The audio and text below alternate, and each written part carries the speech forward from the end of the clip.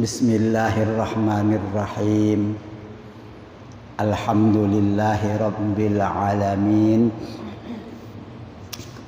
Wassalatu wassalamu ala asyrafil anbiya'i wal mursalin Sayyidina wa maulana Muhammadin wa ala alihi wa sahbihi ajma'ina, amma ba'du.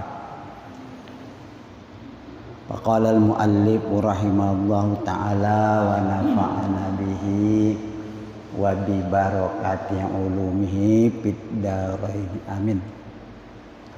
Bapak-bapak, ibu-ibu, jamaah salat maghrib Masjid Jami' Besar Ar-Ridwan, alhamdulillah bersyukur kehadirat Allah Subhanahu wa taala kita dapat meneruskan pengajian kita sebagaimana biasa, alhamdulillah, dengan niat iktikaf sambil kita menuntut ilmu. Pada malam ini kita akan membahas sebuah sabda Rasulullah sallallahu alaihi wasallam. Bismillahirrahmanirrahim. An Abi Najihil Irbad bin Sariyah radhiyallahu anhu qala wa azana Rasulullah sallallahu alaihi wasallam mau'izatan balighatan wajilat minhal qulub wa darabat minhal uyun.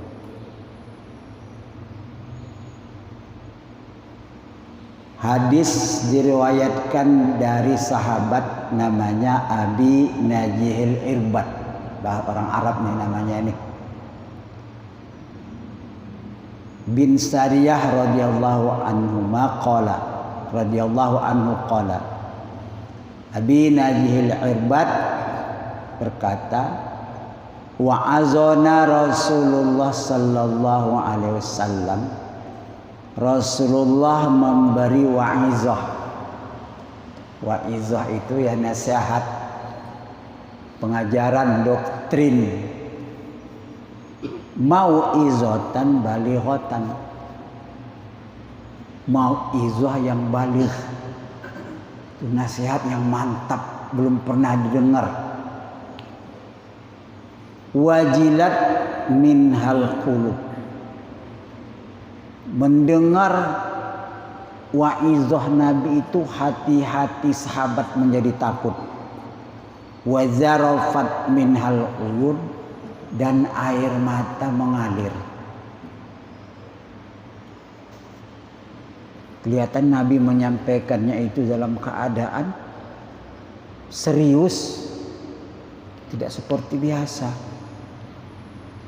Jadi sahabat bertanya, Fakulna, maka kami bertanya, ya Rasulullah, wahai Rasulullah, karena melihat sikap Rasulullah seperti itu,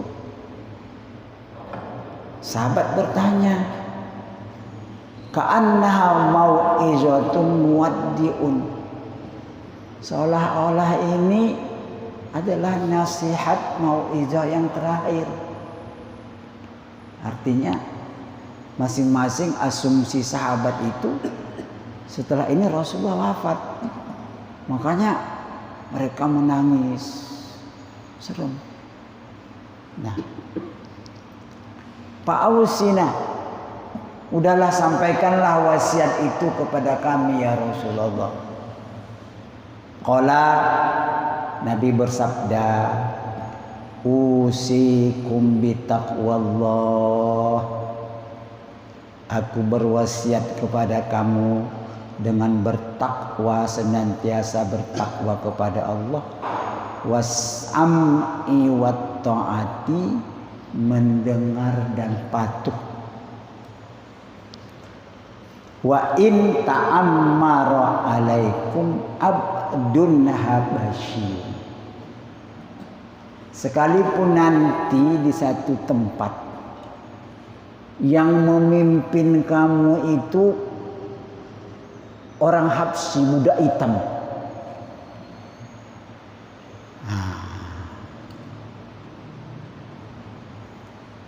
Kan banyak dalam dunia setelah meninggal Rasulullah itu, banyak orang alim dari orang-orang hitam itu.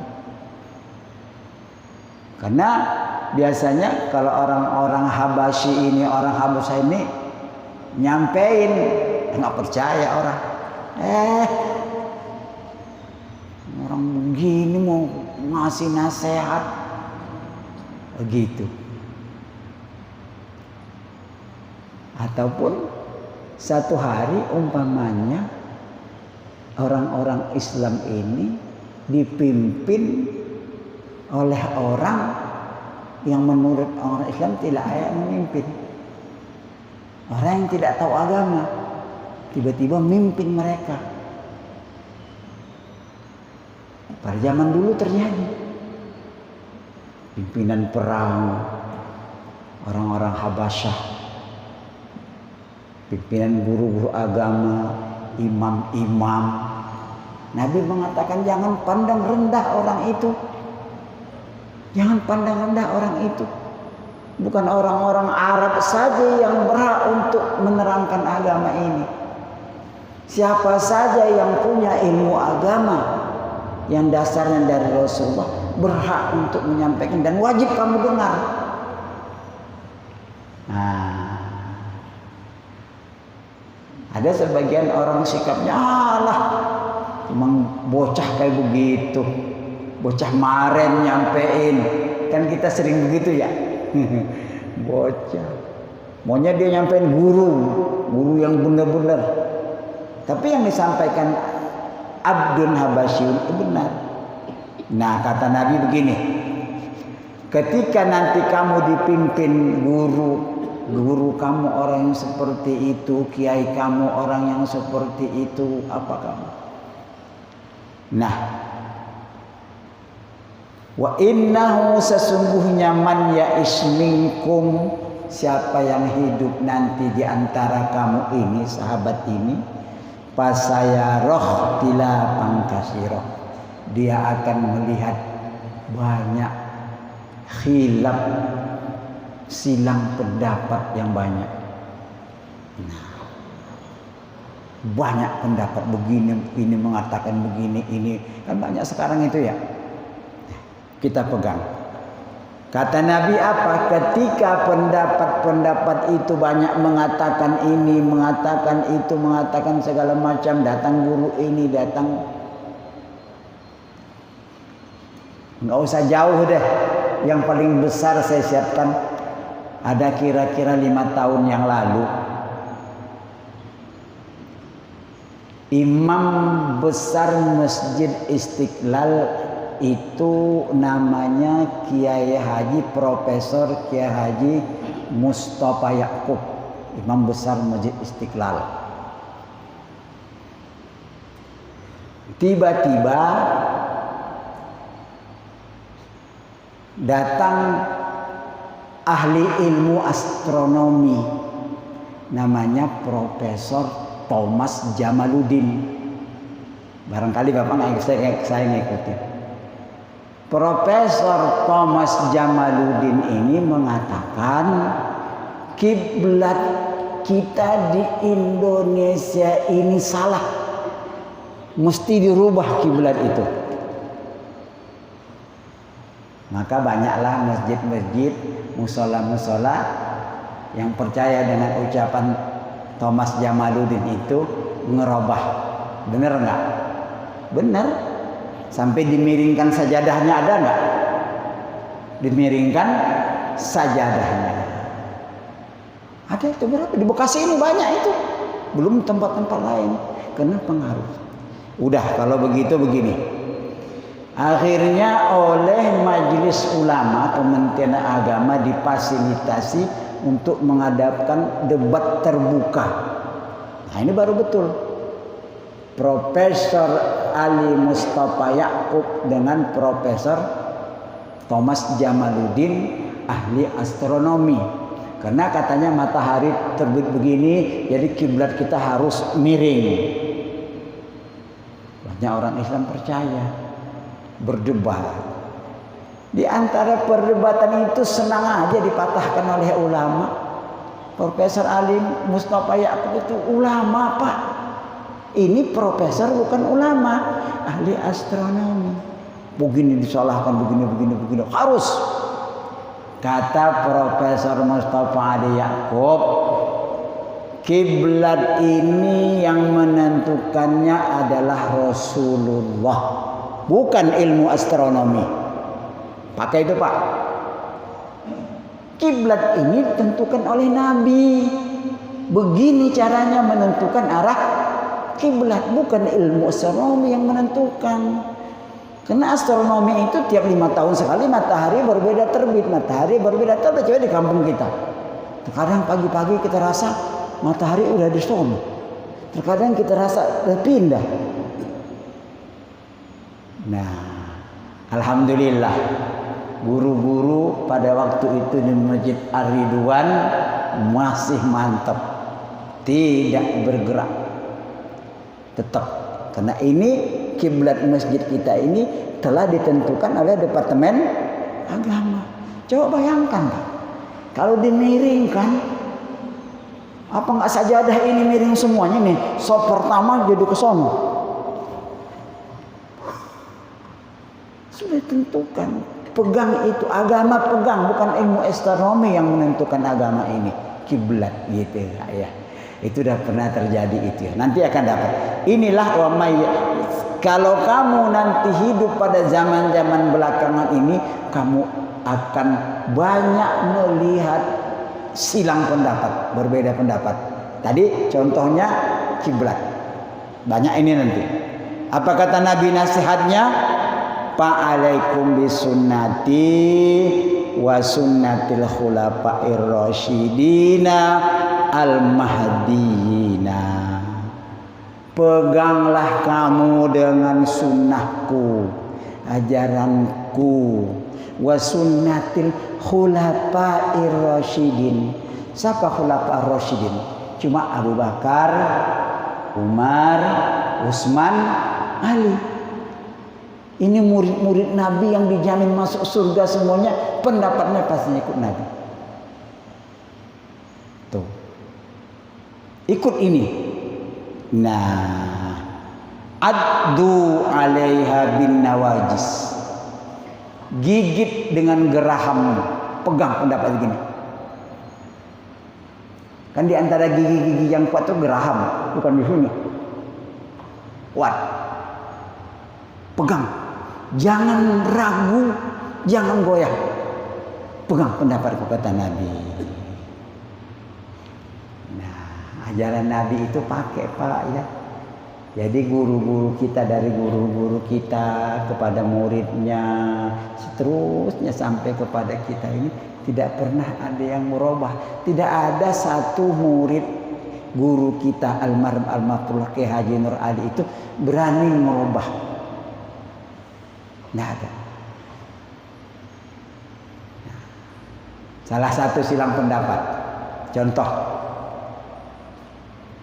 sholat subuh, coba di Masjid Ar-Ridwan nggak ada kunut lagi. Pada berantem kita nggak? Berantem.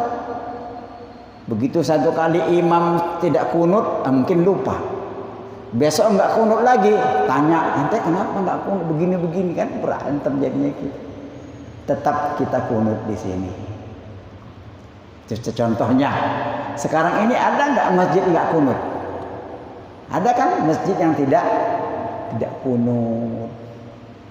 Ada yang macam-macam. Bahkan ada yang mengatakan kunut itu tidak pernah diamalkan Rasulullah. Insyaallah. Pegang ajaran guru-guru kita itu, dipegang, Pak. Kamu tidak sesat. Nah, itu jaminannya. Alaikum bisunnati. Nah, wa iyyakum wa muhdatsatul umur. Hati-hati kamu mengikut satu amalan yang tidak ada dalilnya dari Al-Quran dan hadis. Nggak ada. Dalil Al-Quran hadisnya nggak ada. Tapi diamalkan orang. Coba Kak, baru-baru ini Setiap tahun. Ada nggak di Indonesia ini orang menentukan sholat Idul Fitri itu 2 hari sebelumnya? Ada. Nah, itu pendapat sesat itu. Muhdatsatul umur. Hati-hati itu, jangan ikut itu. Banyak sekarang Pak, orang-orang agama lain kayaknya ajaran Islam, tapi bukan agama Islam. Ikut ajaran, berguru kepada guru yang betul. Nah, gitu ya. Karena pada zaman Nabi itu tidak semuanya apa yang diajarkan Nabi itu, tidak semuanya yang kita amalkan ini itu diajarkan oleh Nabi, tapi diakui oleh Nabi. Makanya kawan-kawan kita nih yang sebelah sana itu mengatakan kamu itu ahli bid'ah, tidak dilakukan Nabi. Tidak dilakukan Nabi. Kenapa kamu amalin? Baru-baru ini ada syekh dari Jeddah mengatakan Al-Fatihah tidak ada diajarkan Nabi. Fatihah hanya boleh dibaca dalam sholat. Namanya Syekh Asim, orang Jeddah. Nggak mempan orang begitu di Indonesia ini, mah. Ditantang oleh ulama kita. Bisa. Ulama kita udah mantap nih Pak di Indonesia ini. Ada yang tidak dilakukan Nabi tetapi diakui Nabi. Seperti sholat 2 rakaat sunnatul wudu. Ada bapak-bapak enggak ini yang ngamalin sunat sholatul sunat wudu ya? Sunat wudu itu nggak pernah diajarin Nabi, nggak ada ajaran dari Nabi. Hanya pada satu hari Nabi panggil Bilal itu muazzin Nabi. Bilal, saya dengar terompah kamu ada di surga. Kenapa begitu besar amalanmu? Apa amalanmu ya Bilal? Bilal mengatakan apa? Saya ya Rasulullah setelah berwudu saya sholat sunat toharatul wudu. Nabi ngakui iya. Tapi Nabi tidak perintahkan untuk sholat toharatul wudu. Tapi ketika Bilal sahabat melakukan, oke oleh Nabi, boleh kita amalkan. Gitu.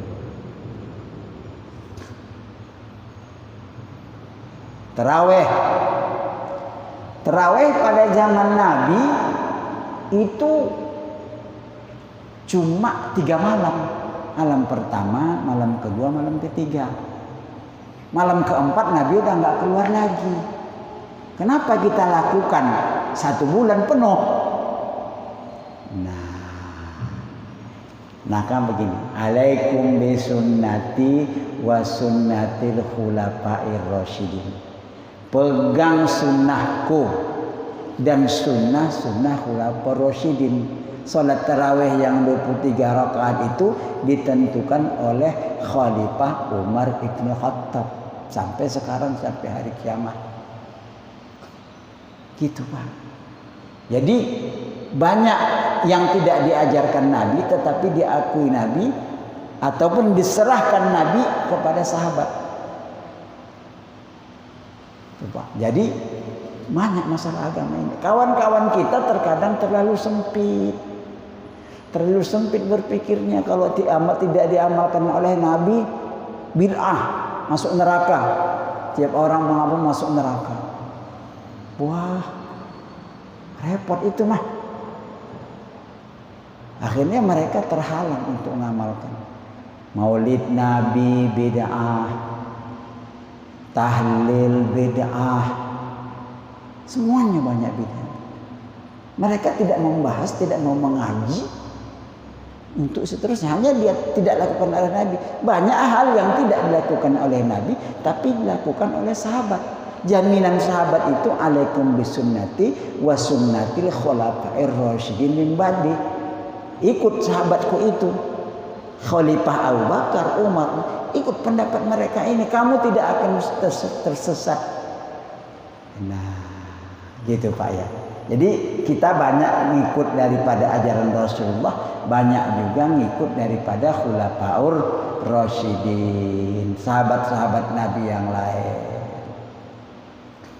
Kalau mereka ngelihat Pak, tasbih yang Bapak baca itu, wah bid'ah, ini masuk neraka, ini orang pegang tasbih masuk neraka. Ada dalilnya di agama itu, ada. Nah, jangan sembarang nuduh. Nah, kecuali yang memang tidak ada dalil dari agama, bukan ajaran sahabat Nabi. Nah, itu baru namanya bid'atun dolalatun, bid'ah. Seperti yang saya katakan tadi. Idul Adha atau Idul Fitri mendahului Idul Adha kaum muslimin yang sebenarnya. 2 hari lagi didahului. Ada yang puasa itu cuma 5 hari. Sudah cukup 5 hari setahun ini. Wah, enak banget ngatur-ngatur sendiri agama, nggak bisa agama diatur oleh sendiri, nggak bisa. Masya Allah. Makanya ada imam 4 Pak. Ada Imam Syafi'i kan ya. Ada Imam Hambali, ada Imam Maliki, ada Imam Hanafi. Imam ini 4. Padahal Syafi'i ini muridnya Imam Hambali.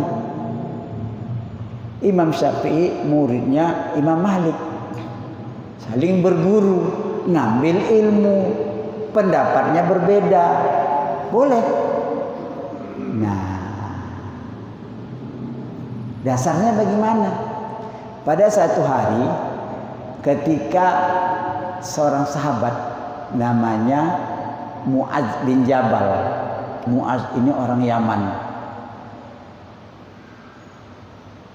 Ketika, wahai Mu'adz, aku utus kamu ke Yaman untuk mengajarkan agama kepada masyarakat Yaman.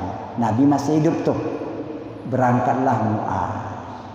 Tapi sebelum Mu'adz berangkat, Nabi panggil dulu, Mu'adz, nanti kalau kamu telah jadi guru di Yaman, bagaimana kamu mengajari masyarakat itu, hukum apa yang kamu pakai?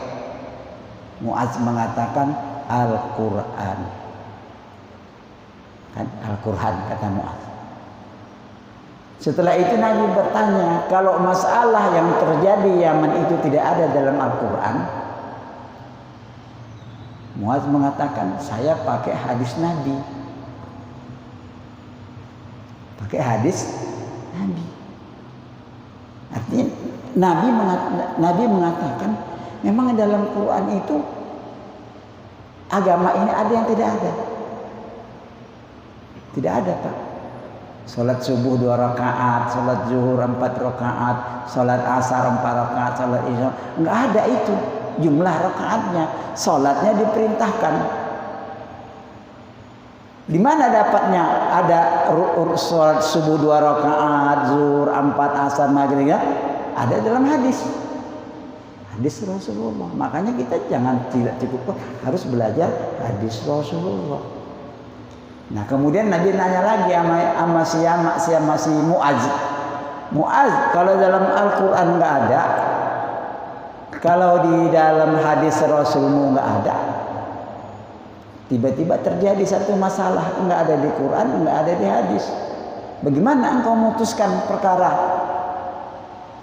Aku memutuskan dengan akalku, ra'yi, ijtihadku.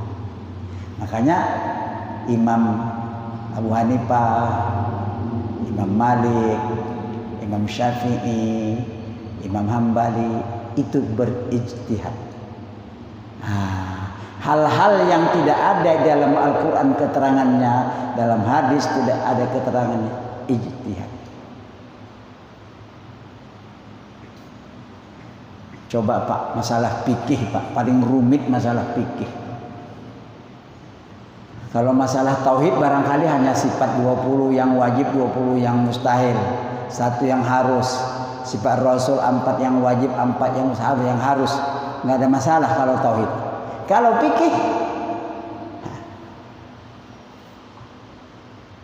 wudu wajib pakai fikih, pelajaran fikih. Air, nah kata air itu kan banyak.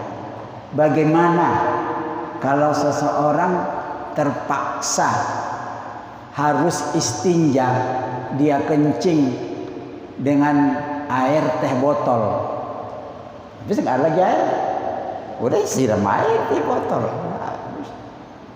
sah apa enggak tuh? Nah, itu namanya air mustakmal, tidak boleh dipakai untuk bersuci. Itu fikih punya urusan, fikih punya urusan, dicari oleh imam punya air mustakmal, air suci lagi menyucikan, air suci tapi makruh makainya air mustakmal, air mutanajis. Itu yang menentukannya ilmu fikih, suci daripada najis. Nah sekarang bapak nih udah berapa kali saya sebutkan ini, telur ayam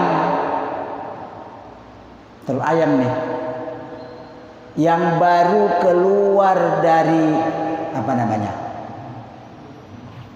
dubur ayam, terus belum kotor, masih bersih, terus kita pecah, kita goreng, boleh nggak dimakan? Tidak boleh, najis.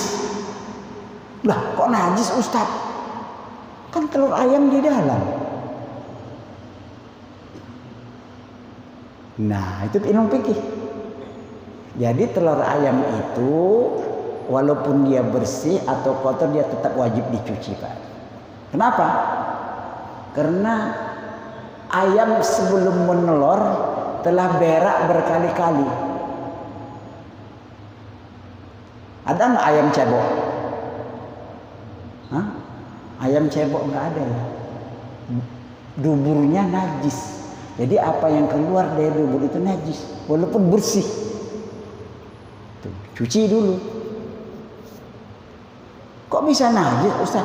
Begitu telur itu kita belah, walaupun bagaimana canggihnya orangnya, tetap bening-bening telur itu mengena ke kulit. Bila kena kulit najis. Ya kan letak najisnya di situ. Sedikit kena najis habis merata semuanya. Ya, terkadang saya sedih juga ya, kasihan saya ya. Saya lihat saya sering beli telur. Di tempat orang jual telur itu sudah ada telur yang pecah dimasukkan dalam plastik. Telur. Ini telur apa nih, Mbak? Ini telur pecah, Pak, katanya. Dijual. Itu najis semuanya, Pak, itu. Nggak boleh kita beli itu. Najis. Apalagi telur pecah. Apalagi telur ayam itu berkumpul-kumpul, ada najisnya, ada tainya, ada apa segala macam. Nggak boleh. Haram hukumnya dimakan.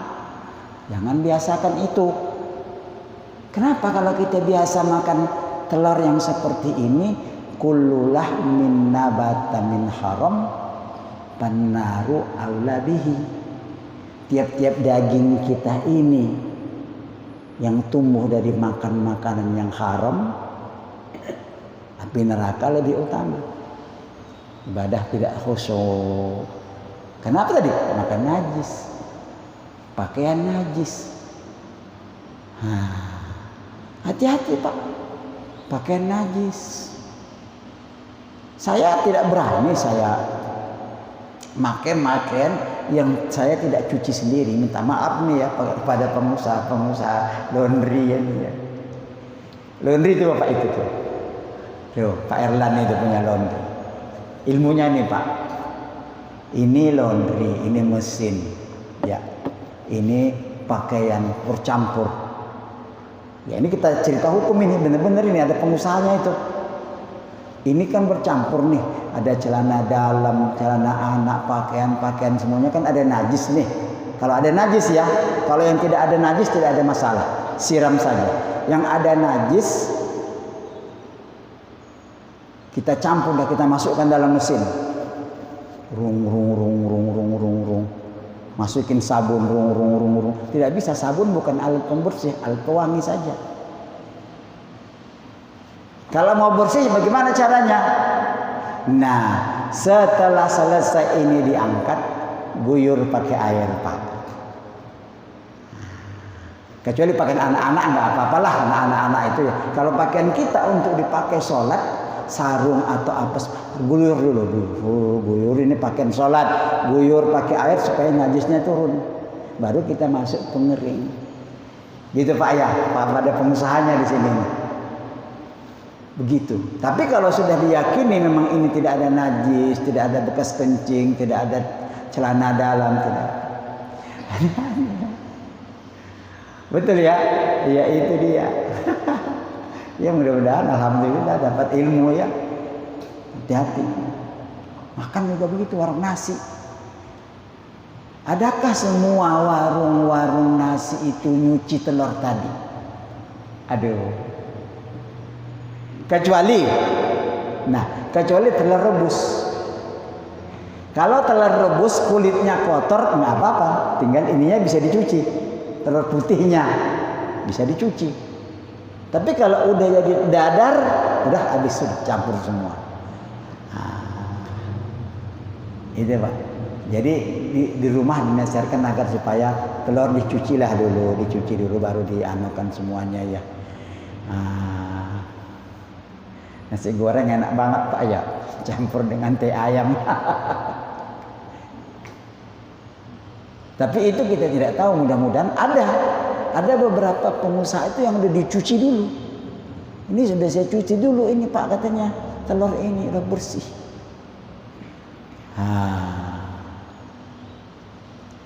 Terkadang Pak, orang kafir itu lebih ngerti daripada orang Islam tentang kebersihan.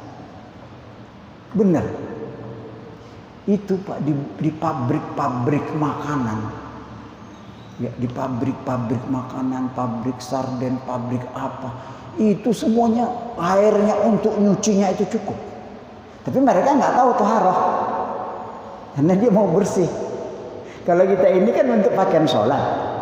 Nah, makanya kalau dia tuh kulit itu Pak, kulit itu sudah disama demikian rupa sama itu, cucinya, guyurnya itu luar biasa. Airnya itu waduh berkulah-kulah. Sah menurut agama kita. Masya Allah, pabrik-pabrik besar itu luar biasa.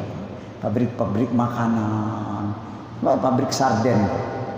Yang kita pikir pabrik sarden itu, saya melihat ada beberapa pabrik sarden di dalam kapal, diolah langsung di kapal itu, ikannya kalau ada kotor nggak bisa masuk, udah bersih dulu baru.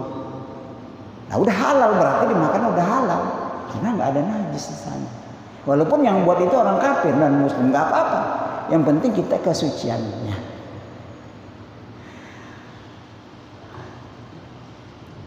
Kata umpamanya begini, pada suatu hari kita ini entah pergi ke negeri mereka itu, tiba-tiba aduh gawat nih, ini ayam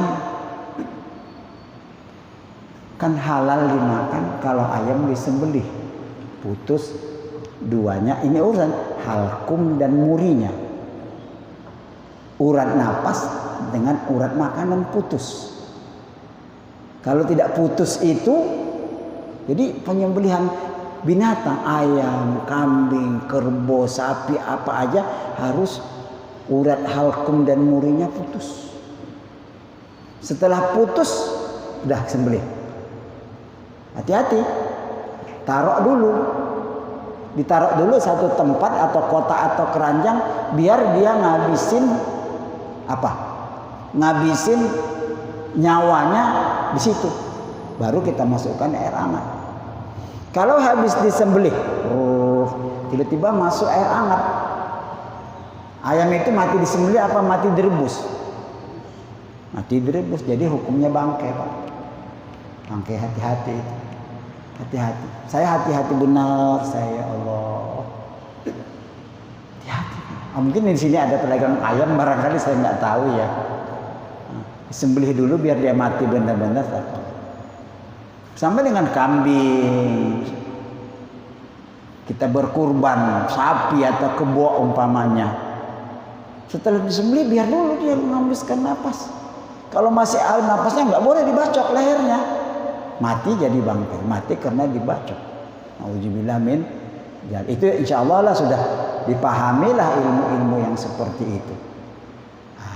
Hati-hati. Jadi pada kesimpulannya tadi, barang-barang yang haram yang kita makan itu akan mengakibatkan penaru aulabihi, akan mengakibatkan pertumbuhan badan kita, badan anak kita, dan lebih neraka lebih utama baginya. Hati-hati sama makanan. Allahu Akbar. Ada yang salah paham, ada yang salah paham juga.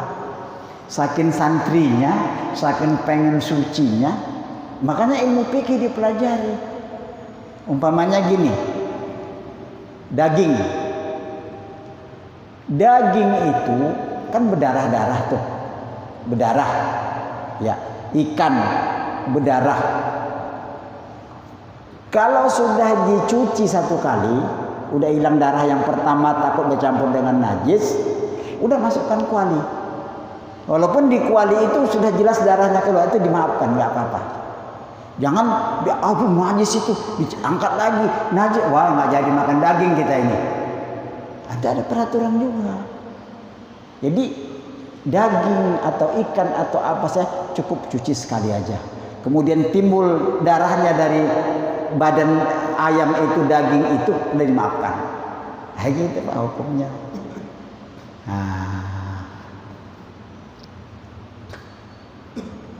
Insya Allah. Mungkin ada pertanyaan Ustaz. Silakan, masih ada waktu dikit lagi nih. Silakan, ada pertanyaan Pak tentang pengajian kita ini. Ya. Ya. Mungkin ini udah banyak yang tahu ya, tapi ya ini mah biar danta aja. Ya. Itu juga mungkin ada sebagian yang belum tahu. Yang saya tanyakan, ada orang hamil, satu hamil muda, hamil tua, lalu itu meninggal orang itu. Nah, ini bagaimana? Bayinya ini harus dikeluarkan atau tidak? Karena pernah terjadi sampai timbul perdebatan.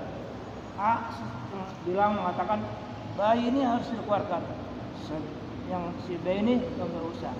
Mohon penjelasannya secara hukum bagaimana hukumnya? Tuh Pak, pertanyaan tuh Pak. Dengar semua ya pertanyaannya ya. Seorang perempuan yang mengandung, yang hamil, perempuan ini mati. Bagaimana bayi ini? Nah hukumnya begini. Kalau diyakini bayi itu masih hidup, wajib dioperasi.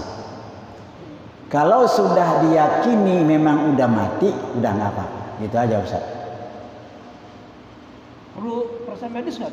Ya? Perlu persen medis nggak? Yang perlu persen medis nggak? Kita nggak bisa merapa medis. Menduga-duga itu kalau ini mati. Nggak bisa, kan? Harus medis. Harus medis. Medis rumah sakit. Nggak bisa kita. Bahaya kita nanti. Bisa di kes polisi nanti kita itu. Ya karena ini pernah terjadi, tadi saya bilang sampai timbul perdebatan. Belum sampai dicek medis, si A bilang ini harus dioperasi, harus dikeluarkan bayi. Ya. Si B, oh nggak usah. Nah, itu kan masih sanksi. Tolong jelasin itu kan. Iya. Jadi itu kalau diyakini oleh ahlinya ya, oleh ahli dalam hal ini medis, bidan lah. Kalau diyakini oleh bidan ya, bidan bahwa ini bayi hidup dengan mereka tahulah tanda-tandanya, apanya, lenaknya, wajib dikeluarkan. Kalau memang sudah nggak ada lagi ya, menurut bidan udah nggak lagi ya udahlah, mati sama ibunya udah. Nah, perempuan itu mati syahid melahirkan. Masya Allah. Ada pertanyaan lain Pak? Ya, silakan.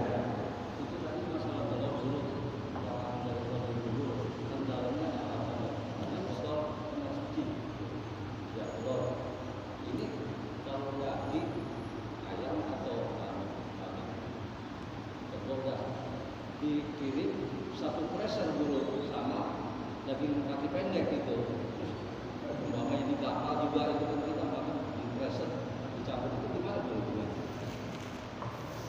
Tuh. Ayam atau ya sapi, katakan sapi itu satu kandang. Ini terjadi ini. Katanya satu kandang udah tahun. Terjadi daging sapi, daging kebo, daging barang yang halal ini dicampur dengan daging celeng ya. Daging celeng. Kalau kita tidak bisa membedakan mana celeng, mana sapinya, kita haram, tidak boleh. Nggak boleh kita anggap celeng semuanya. Karena najisnya berat. Tapi kalau ada ahlinya, ini yang celeng dipisah. Tapi setelah dipisah itu, ini wajib dicuci 7 kali. Salah satu dengan air yang disamak. Nah gitu Pak.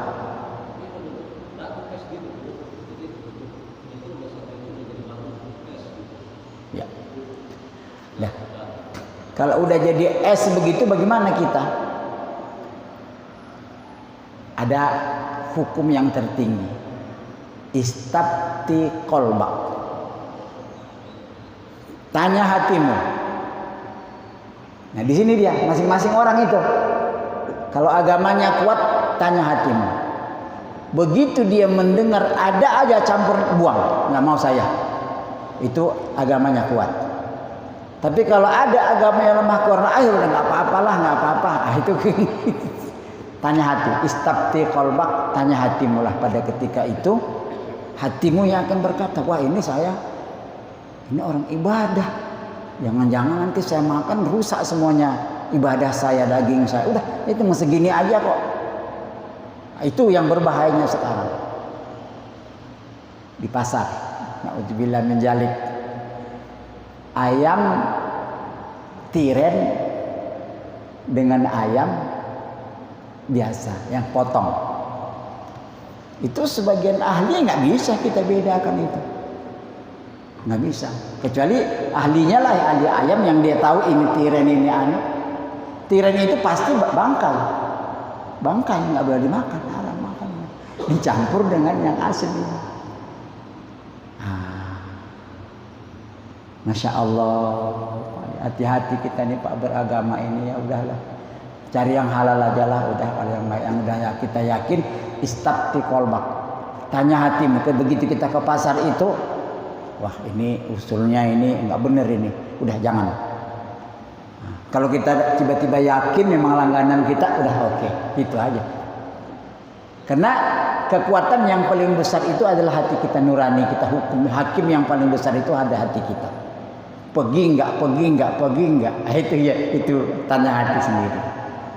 Nah, gitu ya, Pak Ji ya. Ya keyakinan jatuh kepada ya fatwa hati kita. Apa fatwa hati? Oh jangan katanya, jangan rusak nanti agama kamu. Memang nggak ada hari-hari yang lain. Ya.